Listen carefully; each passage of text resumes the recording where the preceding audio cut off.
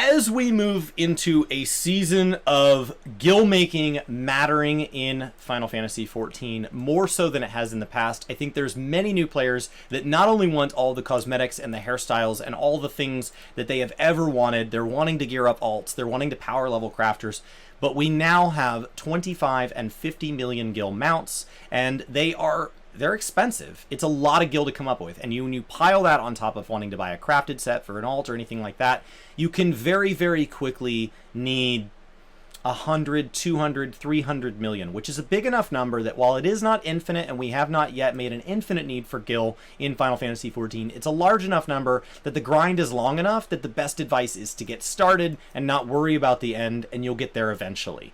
You will. There are people that had 75 million to spare this week, and they may feel like it may have made a big dent or a small dent in what they had. There are people that already have both mounts, but to many of us, we have one or none of those mounts, even if we'd like them, because it's just too much money. So I wanted to introduce you today to some basic kind of concepts around gil and gold making, and I'm going to be filming this video basically 3 ways for the channel here. The first of which we're going to film is today, how to make money in Final Fantasy XIV. That is gil. That is wrapping up Shadowbringers, going into Endwalker. The concepts are the same. These are the concepts I've used since 2.0. Anytime I've needed gil, I've used these until I've had the gil I needed and then stopped, because there's so much to do in this game, and there's always been other things that have been better worth my time than making the number go higher when I have nothing to spend it on. So the first concept is to maintain your retainers. That's keep the ventures going out, keep your listings, all 20 listings for however many retainers you have. You have 2 by default, you pay for extras,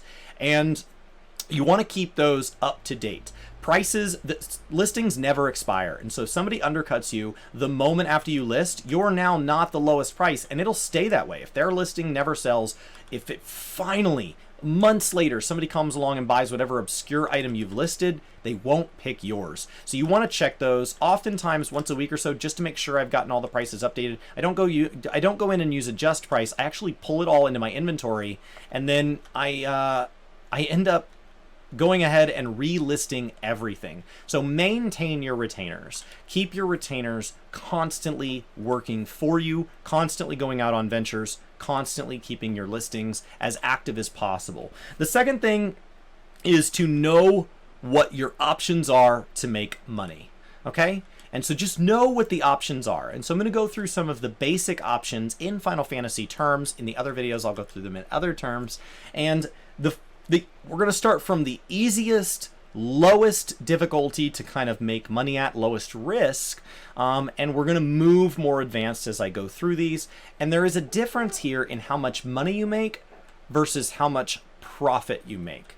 The difference between net and gross is if you sell an item for 1 million gil, but it took you 900,000 gil to make that item, you only made 100,000. If you buy an item for 1 gil and sell it for 10, you made a profit of 9 times your investment, but you only made a profit of 9. So it's important to know the difference between margin, which is your percentage profit, your net, which is your profit after your gross, which is your total income.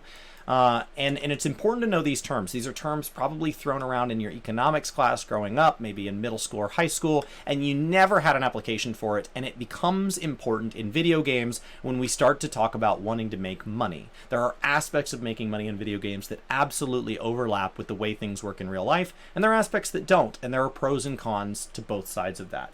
So the lowest form of gil and gold making, the easiest thing to do, requires no investment whatsoever as far as time in skill, and the time to do requires capital. It requires an initial investment, and the amount you have will determine how much of this you can do. This is what's called vendor shuffling, right? And so you're basically taking some aspect of a vendor and making money on it. It can be done a couple of different ways, but this most primitive form is literally relisting items on the market board that you purchased off of a vendor. You can actually go into your house and you can buy these. If you have a free company house, you can go to any vendor in the game, you can buy those items, and if the market board is willing to pay more for them, you can pocket the difference.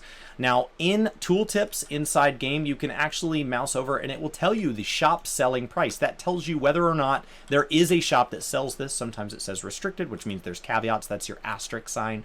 Sometimes there's not, and it can be bought in infinite amounts, and you just need to find out where that vendor is. Websites like Gamer Escape are your friend if you don't know. That is the lowest form. You will make high percentage profit on certain items. It can be incredibly volatile. A lot of these items don't sell very often, and so it doesn't take very many people being in a particular item's market for it to crash and not be helpful. And it does require an initial risk, an initial amount of investment.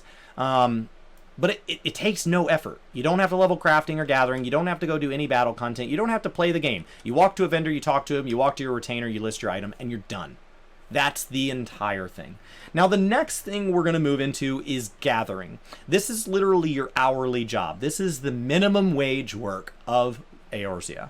Basically, you're going to trade your time for money. Now, the item you choose to gather and the gear and skill with which you gather it will determine the hourly rate you're entitled to. But basically, you are converting your time into a number of items per hour, and the rate that the server purchases those items for determines how much money you make per hour. There is no ongoing profit here. There is no sudden moment where you make it big. If you are gathering optimally in hour 1 and you are gathering optimally in hour 100, you're going to make about the same amount of money, market conditions pending. That is your hourly rate. Now, the third form is going to move into what's called farming. Farming is where we pick up from our gatherers, our miner, botanist, and fisher. Fisher, of course, is the odd one out. And we're going to move into going out and doing gathering, but on battle classes. So this could be farming up old extremes. This could be farming up going into places like Boscia. This could be going and killing items, killing things that drop skins or fleeces or any item in the game that the market desires, whether it be a single weapon cosmetic or a hairstyle, all the way down to something that you can sell hundreds of. It doesn't matter the quantity. This is where you farm. Now, farming is much more your door-to-door salesman. You need to go out and you need to find a market that's already established that somebody wants. You need to find out if there's other people providing that good. And you need to see what that conversion is and then an estimated number of those per hour. But these are highly volatile because now you're dealing in drop rates. And for any of you that have ever tried to farm up a cosmetic on your own, drop rates can vary drastically. So this is a commission-based sale, and anybody who's ever done door-to-door sales will know that the best thing you can have control over is the number of doors you knock on per day. So you need to be out there knocking on 100 doors. If you run 100 Byakko Extremes this week, you will make money. Maps are a great example of farms. You don't know exactly what you're going to get, and you're going to be making a percentage money of the total gross that the maps make. Not everybody in your group is going to make the same money, but you are all going to make money. Okay? Farms are incredibly volatile. Hair, for example, we got a new hairstyle this week. Day 1, it was selling for anywhere between 4 and 10 million per server. Overnight, that price plummeted. So they are incredibly volatile markets. When something becomes hot, all of a sudden Byakko Extreme is the hot farm. So knowing what the farm is, getting in it while it's hot, getting your attempts in is 100% of how you're going to have the best chance at making money. And it's all about finding somebody that's willing to pay a lot for you to do something. That's the general rule with gold and gil making in these games, is you need to find something you can and are willing to do that someone else wants you to do for them. That's farming. From here we move into crafting. Crafting is kind of odd because there's a high front-end investment. You need to be level 80, you need to have decent gear, you need to understand how crafting works. In some games you have to grind up, you need to unlock all of your recipes. Here in 14, getting established in crafting is enormous front-end investment in both time and sometimes money. Once you have that, though, it takes very little time to craft something at high quality, and you can make an enormous amount of money off of it for the amount of time that that item is valuable. So things like mounts and minions could be valuable for many, many expansions, could become theoretically more valuable over time. Things like gear are much more subject to the gear treadmill that they're on. The ability to craft 430 weapons is not nearly as valuable today as it was when 430 was a number that impressed people. So that is your crafting. Crafting actually breaks into 2 subcategories on its own. There's converting, or literal shuffling, where you're taking one set of items, you're turning it into another set of items. This is things such as leaves, where you're taking one set of items and turning it into loot that's bound by the number of leave allowances you have, but also literal vendor shuffles in some games where you can craft things and then vendor them or turn them in, and you can make money off of it. If you could craft an item and turn it into Grand Company seals, and then you could take Grand Company seals and turn that into something that sold for a net profit, you would be allowed to keep that profit in change for processing that item, for doing the work. And then the other side is literal just making. You're going to make an item and you're going to try to make money off that item right there on the market board. Gear is an example of this.